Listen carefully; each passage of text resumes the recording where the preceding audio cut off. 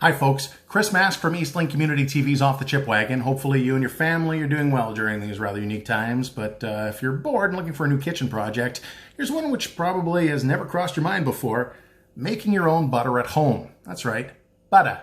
One ingredient to this, and that is cream. Heavy cream, 35%, excellent. Whipping cream's perfect for this. If you don't have any of that stuff, you know what? Add a couple tablespoons of sour cream to whatever you have. It just jacks the fat content and you're ready to rock and roll.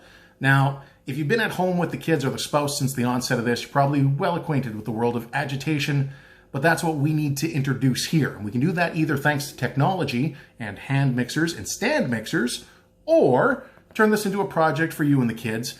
And I don't mean outsourcing a butter churn. Grab yourself a mason jar with a good tight fitting lid, fill this about halfway up with your cream, and then, like that song from the mid-2000s, we're gonna shake it like a Polaroid picture. Put your back into it, a bit of a smile, add a bit of flair like you're at bartending school, because you're actually gonna be at this for about 20 minutes. If you do the hand mixer, stand mixer thing, cut that in half to about 5 to 10 minutes. But what we want here is we want to introduce the agitation to start separating the solids from the liquids. And if you were making whipped cream, this here, the granules, you screwed up. You'd have to start over from scratch, but that's good for butter making because that means that we're getting the solids and the liquids starting to separate. The other thing you'll notice is that the white here versus the pale kind of yellow here, which we more associate with butter, the color change is actually due to the beta carotene in the cow's milk. So if you were making this with buffalo milk or goat's milk, you wouldn't get that. It'd be more on the white side because of the lack of beta carotene.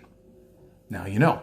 What you want here when you get this separation is this nice stuff here. This is your butter, but we got to get the moisture out of this. How do we do that? Well, ice bath, good way to do that.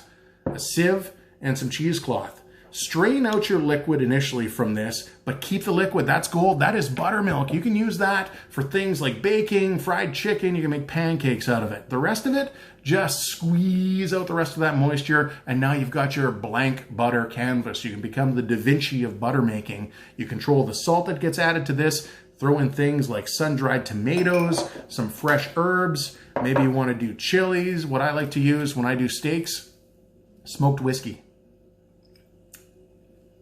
Smooth.